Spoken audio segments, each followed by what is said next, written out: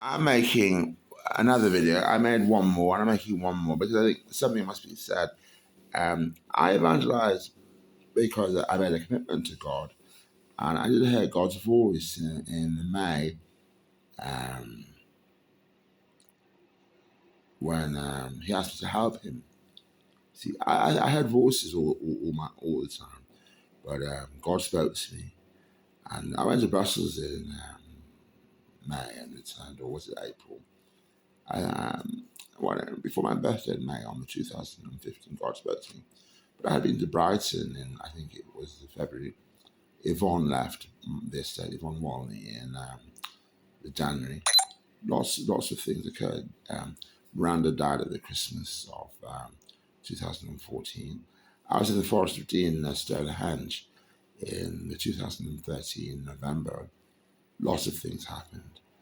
And I evangelized everywhere. I marched, I planned, I executed evangelism, not judgment, evangelism, the Bible, evangelism. I gave Bibles away, I read Bibles, I went to churches, I spoke to many people in person and by phone and by email.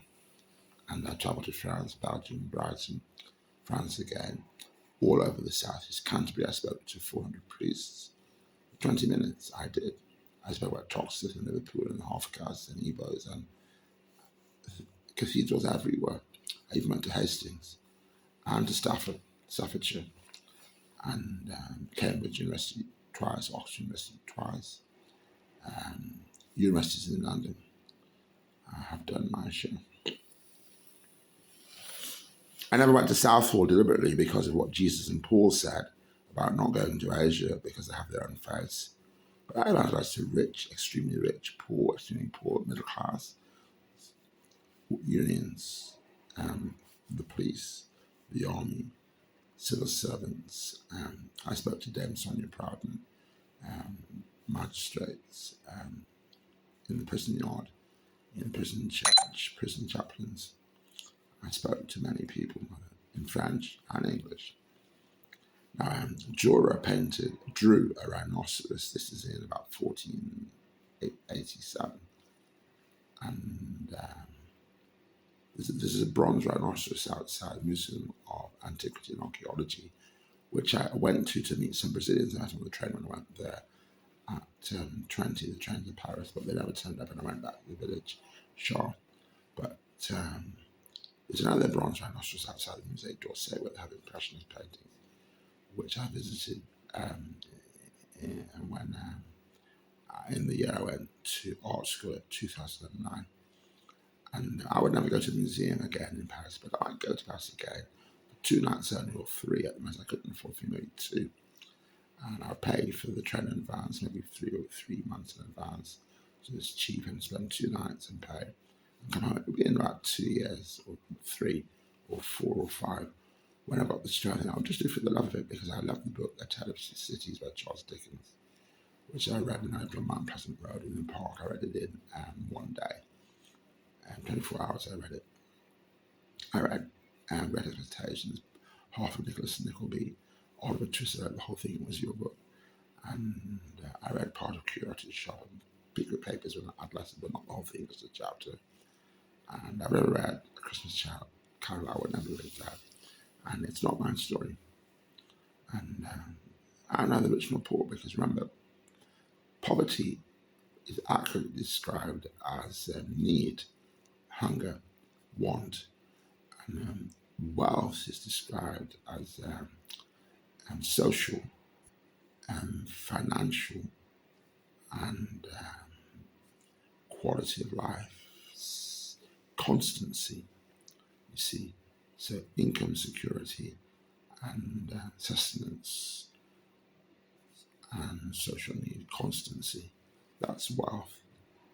Riches is a different thing. You have lots of riches, but you don't necessarily have constancy or security.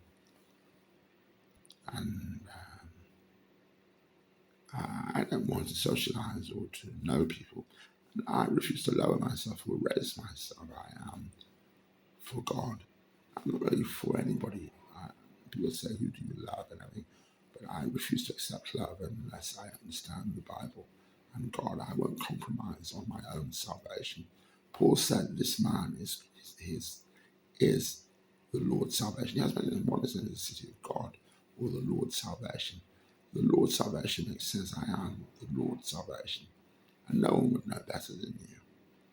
And maybe even you don't accept it, but you've cried, and I love you. And I know if you compromise the pain you feel, I feel so much pain trying to understand Christ's gospel because there's no contradiction in any part of the Bible.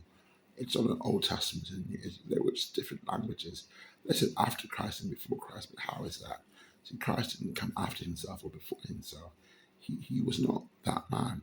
That man was of no significance any more than Moses or Noah. Or if God was a man, he would not be relevant. Some people say God was the first man, but he was no more the first man than the first mountain. Or you see, it's not real to say God is a man. God is in our imagination only.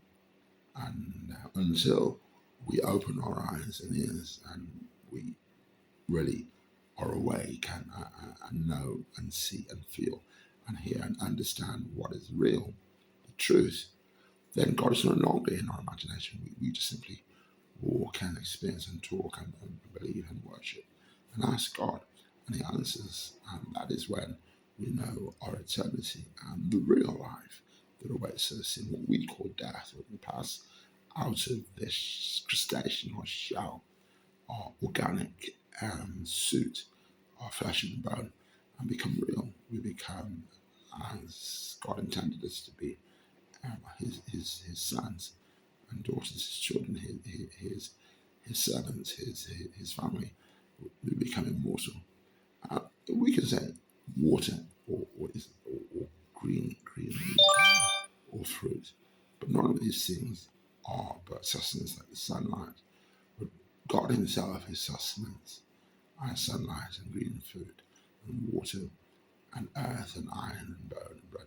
And when we know that a pyramid goes up here, the first one, 18 years, and someone said, "What does it mean?" Nothing. But that king saw that God told him to build it, and there's writing throughout it, and they still haven't translated it all. And it is of the nature of the Bible. What is the Bible? Well, Abel Malan Alak is the place where Solomon built the temple of Jehovah, the temple of Solomon. And that's enough for me. I mean, the Bible has many things in it, but I think those two words separated by a hyphen, and knowing that it's the ground on which the temple of Solomon stood, that's all I need to know. Abel's melanin, his blood, cried out from the earth to God, and God heard him crying after he was dead.